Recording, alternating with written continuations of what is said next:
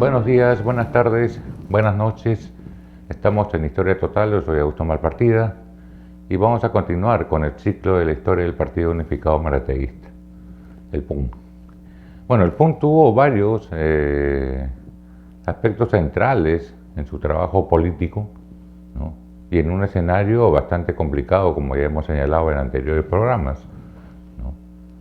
Uno de esos aspectos a los que se le prestó bastante atención en el PUM fue el Ande Rojo, ¿no?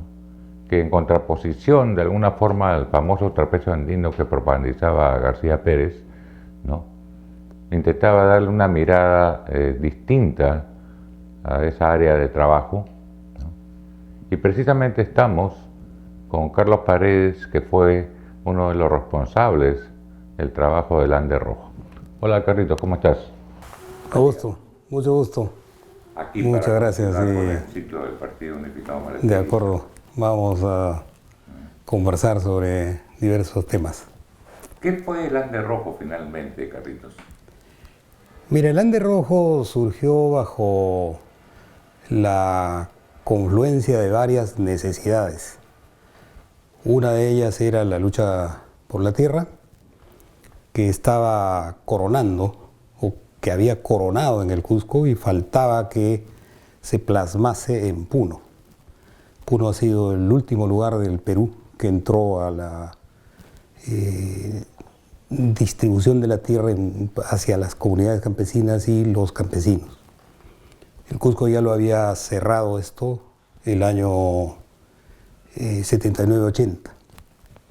Entonces, estaba en curso ahí una experiencia que veníamos desarrollando en el Cusco de innovación tecnológica productiva, con una variante interesante en la apreciación de la comunidad campesina, que digamos antes se veía como una acción colectivista.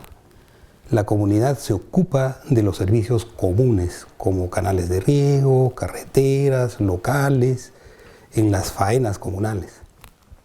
Pero el motor que dinamiza la vida productiva es más bien otros sistemas colectivos de ayuda mutua, como el AINI, la MINCA. El AINI para todas las labores productivas, la MINCA para todo lo que es instalaciones de vivienda y demás. Entonces, nosotros logramos en el Cusco dar este salto, a ubicar a la familia campesina, la unidad familiar campesina, como ese motor.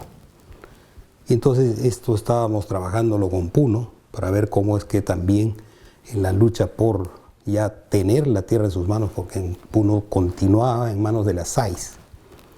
Y entonces ese fue un tema sustantivo. El otro tema que motorizó la creación del Ande Rojo fue lo de Camisea. En aquel tiempo, tiempo de Alan García, estaba toda la negociación con la Shell. Y en el Cusco planteábamos una reorientación de esa negociación, en el sentido de que el país pudiese ser más beneficiado, y que tuviese a su vez una conexión con la petroquímica.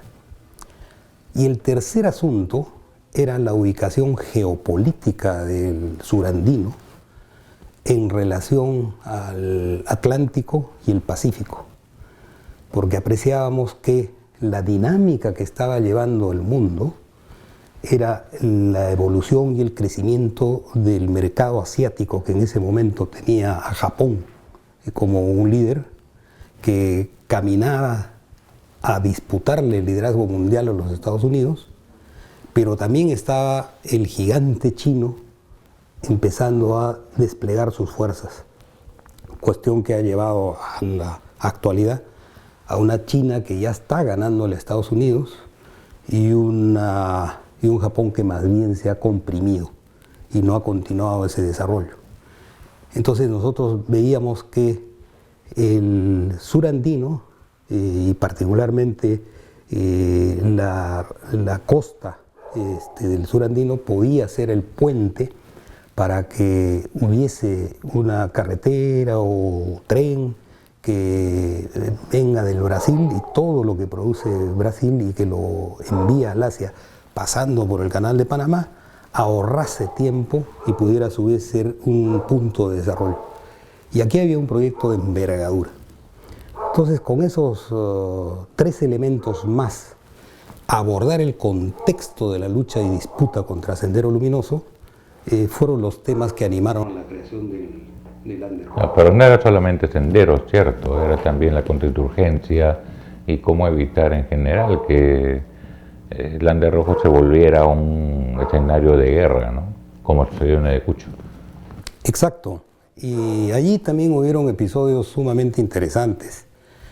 Cusco logró ser una región que no estuvo invadida por el conflicto sendero militares o sendero o militares predominando. Allí, por ejemplo, en Cusco, en una ocasión que desde las Fuerzas Armadas contrainsurgentes impusieron un estado de emergencia en las 4 provincias altas del Cusco, pero no era porque hubiesen habido elementos que lo justificaran, sino por la necesidad de control territorial que tenía la Fuerza Armada y el hecho de que veían que quien estaba poniendo a raya a Sendero era el movimiento campesino y eran las fuerzas políticas y sociales del Cusco. Entonces ahí se produjo una situación bien tensa y logramos, como uno de los hitos más interesantes de lucha contra el estado de emergencia, lograr que se derogue el estado de emergencia. Aquella vez incluso le quebramos el brazo a Blancanélida Colán, que era la defensora de que ese estado de emergencia se mantenga, y un acuerdo que combinaba la acción en el Congreso, porque teníamos líderes como Javier, Andrés Luna, en fin, en el Congreso, dimos esa batalla para que, digamos, se derogara. Y es el único caso que con movilización campesina y acción social se derogó un estado de emergencia. Entonces, sí, estábamos en toda esa pugna y el Ande Rojo se justificaba por esas razones. ¿Qué líderes campesinos aparecen en esta experiencia del Ande Rojo? Bueno, en el caso del Cusco teníamos una promoción de líderes muy importante. Estaba en aquel tiempo de secretario general de la Federación Departamental de Campesinos del Cusco, Crescencio Merma Puma, que había sido antes secretario general de la Federación Unificada de Campesinos de Espinar. Cuando Crescencio pasó a la Federación Departamental, quien asumió el liderazgo de la Federación Unificada de Campesinos de Espinar fue Lorenzo Capa y Lachoque. Y también estaba la promoción de antiguos dirigentes como Esteban Puma Tauyuco, que era líder de ANTA, claro. Y digamos, estaba... Además fue alcalde de ANTA por varios periodos, ¿no? Por 3 periodos fue alcalde de ANTA y ahora también está postulando para la posibilidad de que pueda ejercer un 4º periodo. Él es candidato del AILU en la provincia de ANTA para estas elecciones próximas. Me decías de otros líderes campesinos. Bueno, estaba la esposa de Esteban Puma, Concho, Concepción Quispe, que también llegó a ser subsecretaria general de la Confederación Campesina del Perú y fue lideresa principal de la mujer campesina cuando la CCP pasó a organizar la Secretaría de Organización de la Mujer Campesina. Entonces, aparte de eso, teníamos, digamos, estaba también Carlos Janco, que digamos, había sido estudiante universitario, avanzados años de ingeniería química, pero que volvió a sus orígenes campesinos y, digamos, ejerció su cargo de dirigente campesino en Paucartambo y luego en la Federación Departamental y también llegó a la Confederación Campesina del Perú.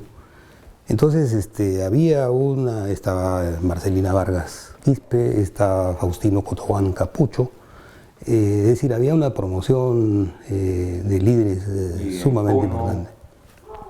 En Puno estaba Rufino León, que era el líder de Ayaviri, estaban Saturnino Corimayma, había también otro Saturnino que era Saturnino Acostupa Taipe, que fue el líder de ANTA de las tomas de tierras de Chacán, que fueron las primeras tomas de tierras a las cooperativas. Y ahí empezó la destrucción de las cooperativas para que también la tierra de las cooperativas pasen a manos de las comunidades campesinas y las familias campesinas. Entonces hubo una promoción muy importante, estaba Juan Rojas, también en Puno estaba, bueno, no recuerdo todos los nombres de los compañeros, pero digamos, había una promoción bastante extendida de líderes. El Ande Rojo abarcaba Cusco, Puno y qué otras regiones del país. Bueno, el Ande Rojo congregaba, los pilares eran Cusco y Puno, y se extendió hacia el sur a Arequipa, Moquegua-Tacna, y hacia el este, en el caso del Cusco, a Purímac. Y digamos, era lo que digamos se llamaba el Gran Sur, que era más que el Macro Sur. Entonces, ese Gran Sur pudo haber sido ciertamente una palanca central de, además, descentralizar el país. Si es que hubiera prosperado, si el PUN hubiera enfatizado la continuación de ese proceso. Porque, digamos, el Ande Rojo fue apagándose a medida que, digamos, se produjo la derrota estratégica de la izquierda a los fines de los 80. Claro, pero antes de eso, incluso en Puno se logró ganar el gobierno regional, ¿no? Claro, en ese contexto del Ande Rojo se ganó el gobierno regional de Puno, pero en realidad no fue de Puno, sino de la región Mariátegui, ¿no? Que fue Puno, Moquegua-Tacna, y con Romeo Paca. Sí, con Romeo Paca. Entonces, allí yo creo que ciertamente hubo una dificultad que creo que no se logró resolver en el PUN, que, digamos, había dejado atrás la propuesta programática. Es decir, de qué soluciones, qué planteamientos tenemos para resolver problemas y proyectar el país en otra dirección de progreso y desarrollo. Y más bien con todo este contexto de sendero fue jalonado hacia una prioridad estrategista, donde lo prioritario pasó a ser las formas de lucha, para encarar la forma de lucha armada que tenía Sendero Luminoso. Entonces eso distrajo, me parece, de una manera bastante negativa. ¿Cómo así, dime? O sea, a ver, en el tiempo de BR el énfasis era programático. También estaba la estrategia, pero la estrategia estaba subsumida al tema programático. Yo creo que, por ejemplo, la generación que nos comprometimos, que fue la generación de BR que se comprometió a la lucha por la tierra, ha hecho probablemente la contribución más importante a un salto al desarrollo del país. Según Hugo Neira, sociólogo, estudioso, literato, etcétera, que ha venido estudiando esta temática de la lucha por la tierra, él escribió aquel famoso libro Tierra y Muerte que se publicó en Cuba, que en realidad era la historia de Saturnino Huilca. Digamos, él señala lo siguiente, que en el Perú los dos más grandes acontecimientos de los 200 años últimos referidos a la independencia son el acto de la independencia y la lucha por la tierra, el cambio de la tenencia de la tierra. Y además señala lo siguiente, que el cambio de la tenencia de la tierra no es de Velasco Alvarado, es un cambio de la tenencia de la tierra propiciado por la organización campesina a través de las tomas de tierra. Porque eso es Entonces, él dice, claro, en realidad el proceso es más o menos el siguiente. Los años 50, en el Cusco arranca la lucha por la tierra, que coronan hacia el año 58 la toma de todas las tierras en la Convención y Lares, distrito de Lares de la provincia de Calca.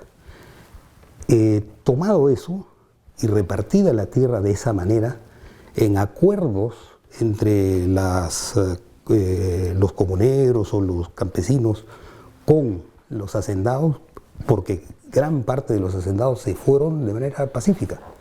Algunos otros hicieron resistencia y ahí hubo conflictos.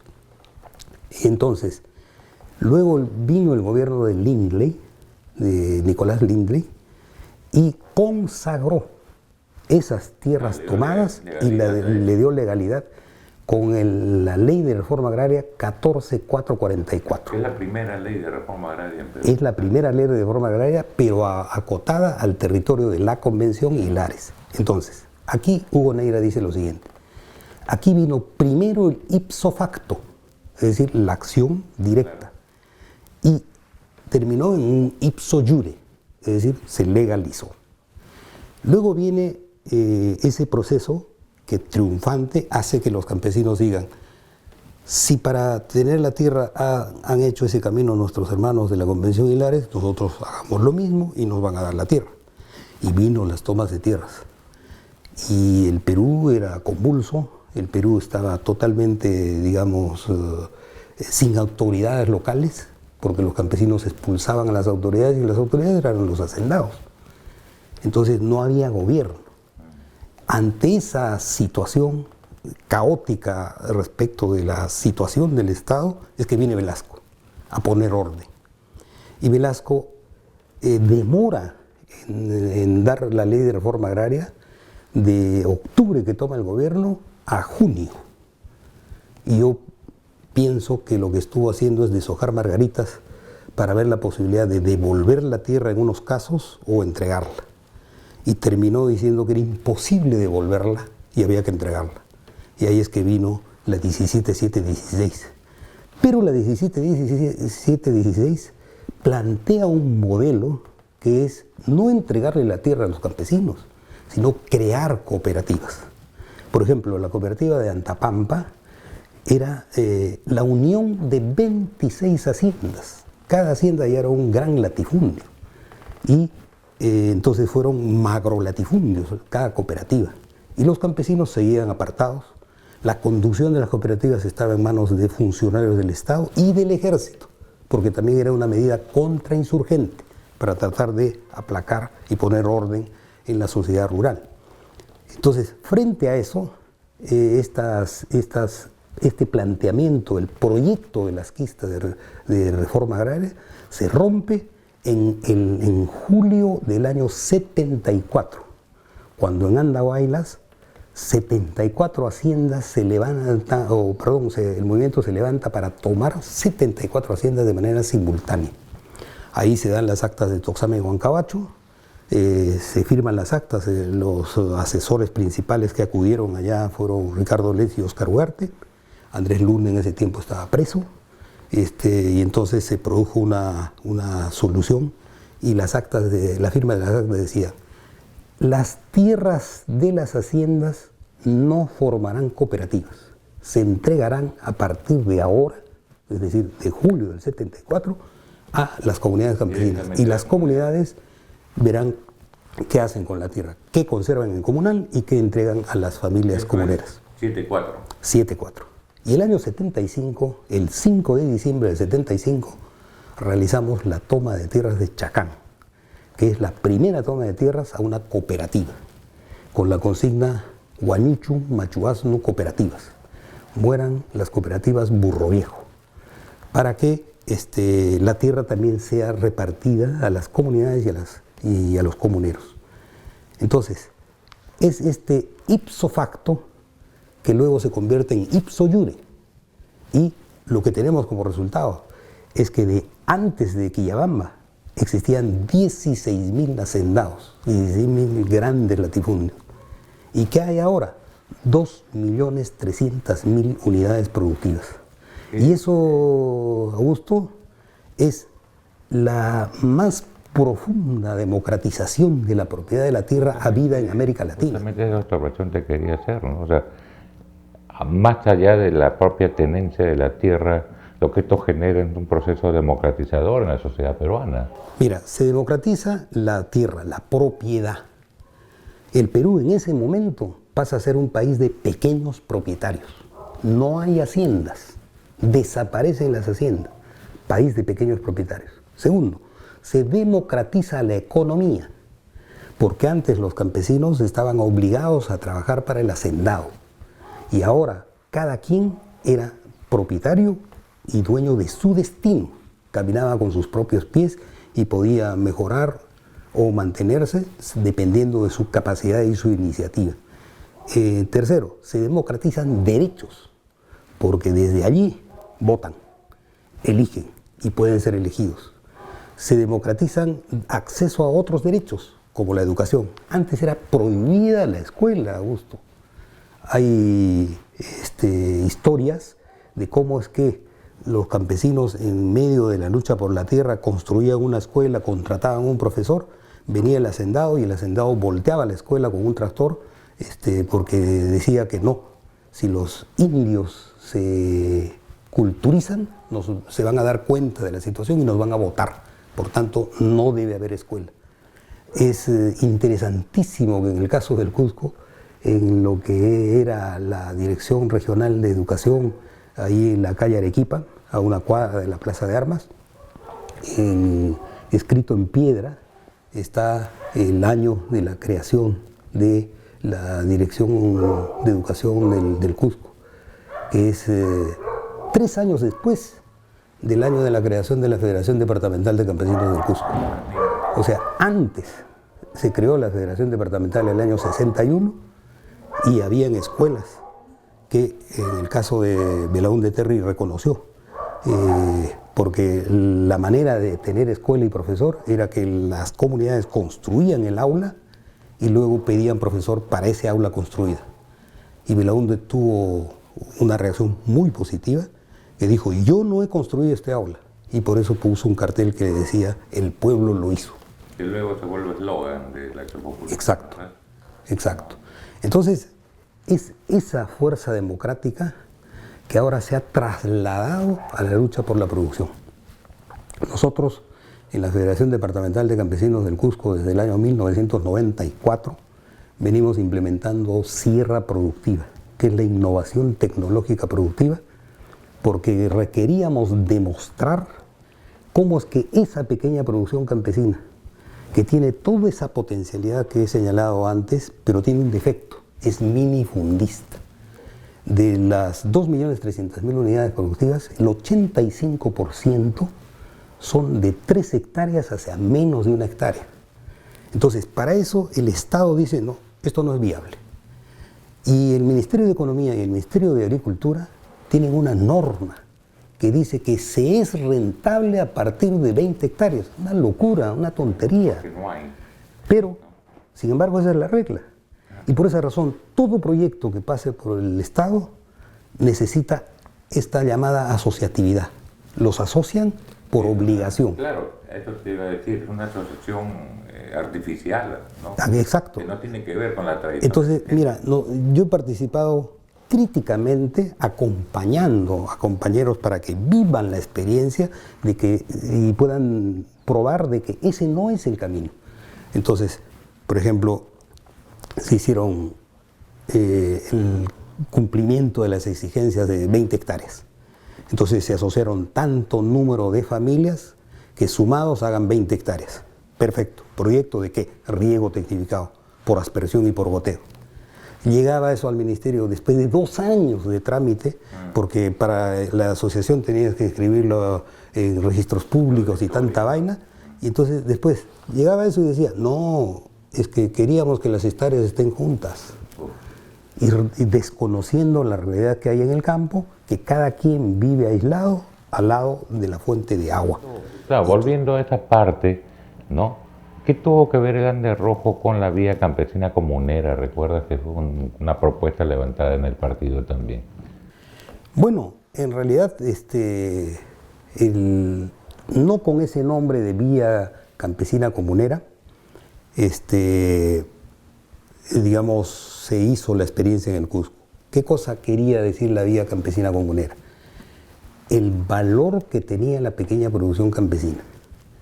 Porque ciertamente desde la intelectualidad, incluso la intelectualidad de la izquierda, había una cierta, digamos, racionalidad o elaboración en el sentido de decir, bueno, esto es muy pequeño para que crezca. Entonces, digamos, Sierra Productiva es una vía campesina comunera, tomada con ese nombre, que lo que hace es potenciar la unidad familiar campesina y es un producir separados y vender juntos. Es decir, la asociatividad, o sea, quien asocia es el mercado. Claro, pero en esos momentos estamos hablando que de 87, 88, ¿no? Del siglo pasado. ¿Cuánto llegó a funcionar esto de la vía campesina comunera? Mira, en ese tiempo, 87, 88, nosotros ya teníamos 8 años, 9 años de la tierra en manos de los campesinos, en el caso del Cusco. En Puno todavía estaban en la lucha contra las SAIS. Y entonces nosotros ya teníamos la tierra y Puno estaba buscando tener la tierra. Entonces la situación en aquel entonces era que nosotros estábamos aplicando un programa que se había elaborado en la CCP, que era un programa un poco pasado, que no tenía la innovación tecnológica productiva como el eje, sino lo que tenía eran planteamientos despedidos al Estado. Dame crédito, dame comercialización, apóyame en insumos. Esa vez incluso se demandaba que te dieran agroquímicos, etc. Entonces eran demandas al Estado. Con esa plataforma es que hicimos la huelga campesina en el último año de Alan García, que en el caso del Cusco fue de 19 días que se cerró todo. El único acceso que había al Cusco era por avión. No fue la oleada de huelgas campesinas. Es la oleada de huelgas campesinas, con Puno, Pucallpa como los 3 pilares centrales que se desarrollaron. Y entonces ahí se negoció este tema.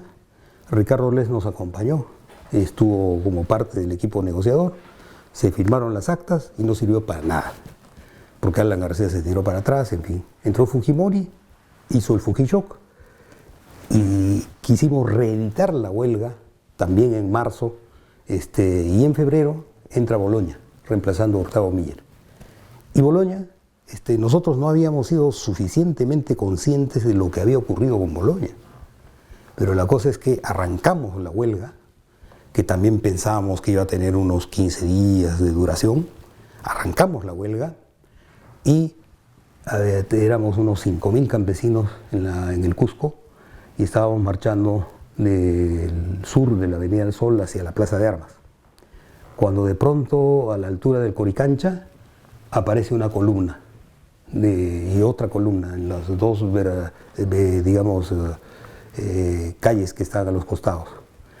Avanzamos hacia donde está el Poder Judicial, Palacio de Justicia, y también en una de las calles y la otra, columnas. ¿Quiénes eran? Eran los trabajadores de NACE, los trabajadores de los mercados del Estado, eran los trabajadores de ENSI, eran los trabajadores del Banco de la Nación, Banco Agrario, porque ahí recién nos dimos cuenta que en realidad eran gente que había perdido el trabajo, porque Boloña lo que hizo fue clausurar todo eso, ya no más. Entonces, cuando decíamos, pero si nosotros estábamos yendo a dialogar con ustedes, y ustedes nos están pidiendo que dialoguemos por ustedes. Entonces fue un shock tremendo. Y lo que hicimos fue, con el gobierno regional del Cusco en aquel momento, Adolfo Saloma, de Patria Roja, que era el presidente regional, buscamos un pacto de solución inmediata para que la lucha no acabara mal. Y salimos con un triunfo de papel. La gente se fue, digamos, medianamente satisfecha porque hubieron acuerdos con el gobierno regional, pero allí inmediatamente convocamos en la federación a un foro que se denominó ¿Cómo producir sin la ayuda del Estado? O sea, ¿cómo la hacemos nosotros mismos? Porque el Estado nos había dado las espaldas y las entidades que del Estado existían para el agro desaparecieron, fueron canceladas. Entonces, allí es que empieza lo de Sierra Productiva, a caminar por nuestros propios pies. Claro, y el primer acto, perdón, y creo que es muy interesante esto, Augusto, la primera acción que desarrollamos es en relación a los abonos orgánicos. ¿Por qué? Porque aparte del Fujishock, que elevaba precios en general, en el caso del campo, además afectó los términos de intercambio. Es decir, tú comprabas con un saco de 100 kilos de papa, comprabas una bolsa de urea de 50 kilos. Ese era, digamos, el trueque. Después del Fujishock, el cambio de los términos de intercambio implicaba que esa bolsa de urea la tenías que comprar con una tonelada de papa, no con 100 kilos, con una tonelada. Entonces dijimos, ¿qué hacemos? No podemos seguir comprando agroquímicos. Pasemos a elaborar abonos orgánicos. Y para la semilla, pasamos a elaborar semilla por chauchos o por brotes. Que de un tubérculo, en lugar de sembrar el tubérculo, siembras los brotes del tubérculo y siembras 7 o 10 plántulas que te van a dar el desarrollo de la papa. Y cosechas un mes antes de lo que es sembrar con tubérculo. Entonces, esas ventajas animaron a decir, podemos ser autónomos en abonos orgánicos y en semillas. Y entonces eso le dio un impulso gigante a esto que se ha convertido en Sierra Productiva. Yo te quería preguntar, con la experiencia del Ande Rojo, ¿no? El sur andino, que era una de las bases mucho más sólidas de la Confederación Campesina del Perú, sin embargo, en el tiempo no logra sostenerse, ¿no? O sea, la Confederación Campesina del Perú, como la mayoría de gremios del país, está atravesada por una crisis muy fuerte, ¿no? Incluso sectores del campesinado, en la época de los fines de los 80 y 90, de alguna forma, en el 90 es evidente, estos se suman un poco al respaldo del fujimorismo, ¿no? ¿Qué es lo que sucede allí? Bueno, en realidad hay una suerte de quiebra de norte. La derrota estratégica que sufre la izquierda y el movimiento social en el Perú es algo que todavía queda pendiente de evaluar, porque incluso no se evaluó. Yo creo que lo que se ha producido es una transformación del movimiento que ha evolucionado en base a una ruta de desarrollo, la innovación tecnológica productiva. Claro, pero ¿cómo te explicas, te digo, la crisis? Uno de los gremios más importantes del país, uno de los gremios más representativos del campesinado. Por eso digo, yo creo que no habría que verlo como lo que fue la CCP antes. Por ejemplo, la CCP a su interior tenía a las rondas campesinas. Y las rondas campesinas luego pasaron a independizarse y salir con su propia nomenclatura y organización, debilitando al gremio central, pero a su vez teniendo una fuerza propia. Salió de ahí también lo que luego se llamó CONACAMI, que era para tratar todo el tema de la lucha más con minería, ¿no? Exacto. Luego aquí también está Remurpe, es decir, la red de municipalidades, que se creó en la CCP para que los campesinos pudieran llegar a ser autoridades. Y también terminó independizándose y se convirtió en una entidad de alcaldes, ya elegidos. y no de preparación para que puedan llegar a ser autoridades. Entonces, es verdad que ha habido un debilitamiento de la central, pero en esa atomización han venido cosas portentosas. En el marco de la CCP, más específicamente, por ejemplo, te cuento que en Paucartambo, Cusco, a través del AILU, porque el AILU también se crea como partido político en acuerdo en la Federación Departamental de Campesinos del Cusco, porque la federación dijo, ¿por qué razón nosotros solo vamos a votar? ¿Por qué no podemos ser autoridades? Y se dijo, la única manera de ser autoridades propias es un partido político. Entonces hay que crear un brazo político. Y en razón de eso se creó el AILU. Entonces, el AILU ha gobernado, por ejemplo, Paucartambo, 2 periodos seguidos, con el alcalde Mario Condori. Y en esos 2 periodos ha convertido en política pública del gobierno municipal provincial la propuesta de sierra productiva. Y es una provincia que el 100% de las unidades productivas tienen riego tecnificado y tecnologías de altas productividades en pequeños espacios. Eso ha llevado, por ejemplo, ahora, hace unos 6 años, a la creación de la Feria Agropecuaria Comunal, que reemplaza a la fiesta de la comunidad. Es decir, el día del aniversario antes era fiesta y ahora es Feria Agropecuaria Comunal. El producto estrella es el toro engordado. Compran un toro para engordarlo de 1 año o 2 años en un valor de unos 1.000 soles, lo engordan 3 meses y lo están vendiendo en 5 o 6.000 soles en 3 meses. Entonces, todas las comunidades, todos los comuneros, en acuerdo de asamblea comunal, dicen, yo engordo un toro, yo engordo 2, yo engordo 3. Se anotan y tienen que cumplir. Y para el día de la feria, llevan los toros para vender. En este movimiento, 48 comunidades campesinas que están en el distrito capital de Paucartambo hacen 48 ferias agropecuarias comunales en un sistema de mercadeo que es producir separados, vender juntos. Y solo en el toro engordado venden 23 millones de soles al año. Súmale a eso que venden también cuyes, que venden ovinos, que venden porcinos, que venden camélidos, que venden comida preparada, que venden hortalizas frescas, que venden papas y granos, que venden artesanías. Estamos hablando más o menos de un movimiento de alrededor de 30 millones. ¿Qué me quieres decir? Que lo que se logra avanzar hoy es como una especie de hilo conductor de fines de los 80, el trabajo del PUN, del Ande Rojo, la vida campesina comunera, una mirada programática que se extrae de esa experiencia.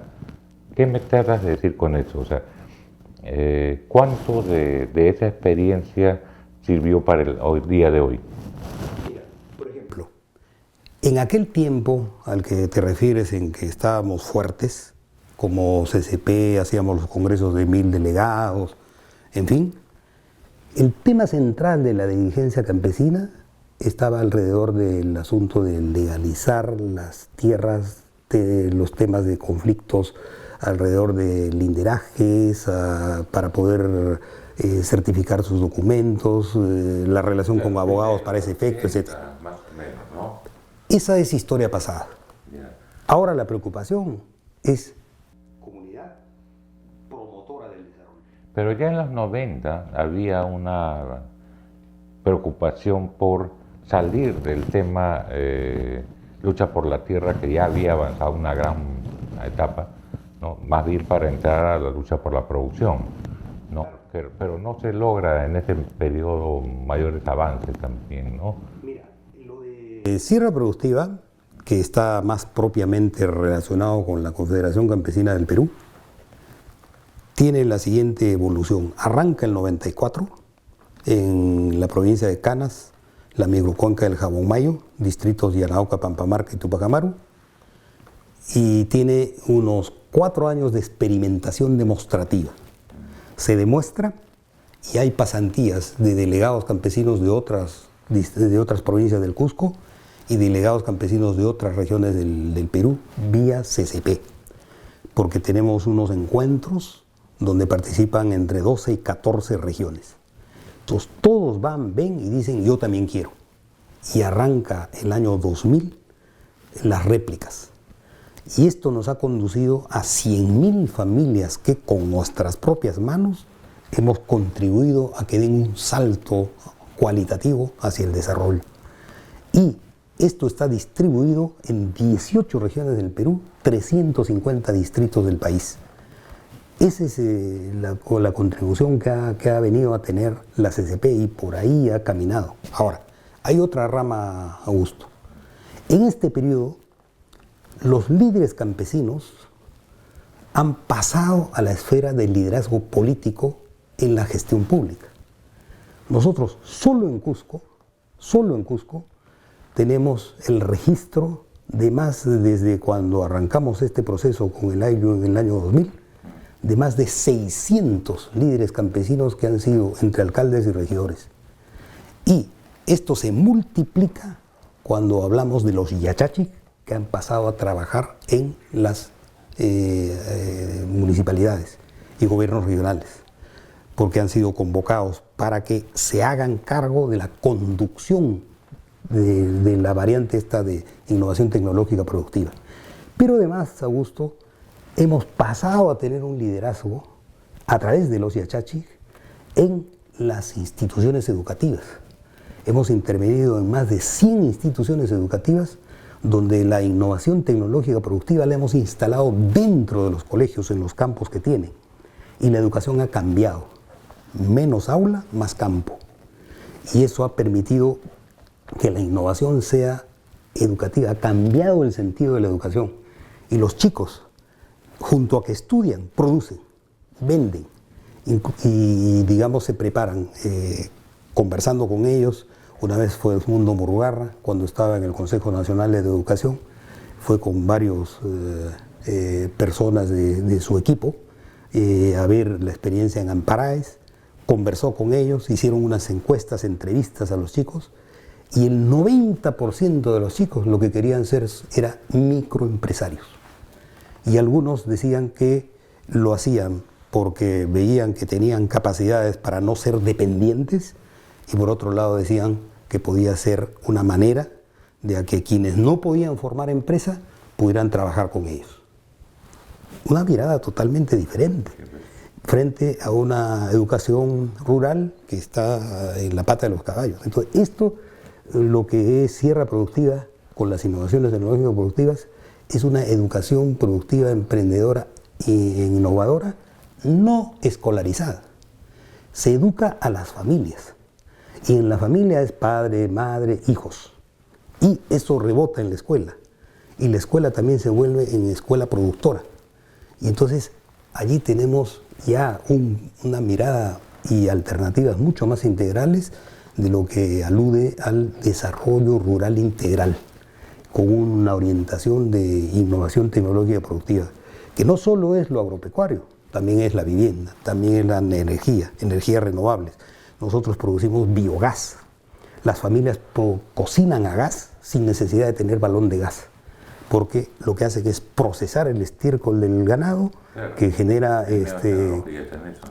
gas metano, y ese gas metano termina en la hornilla, tú prendes y sale el fuego, y al salir el fuego, el gas de metano deja de ser nocivo, que es 23 veces más nocivo que el escape de un vehículo, y se vuelve en CO2 neutro.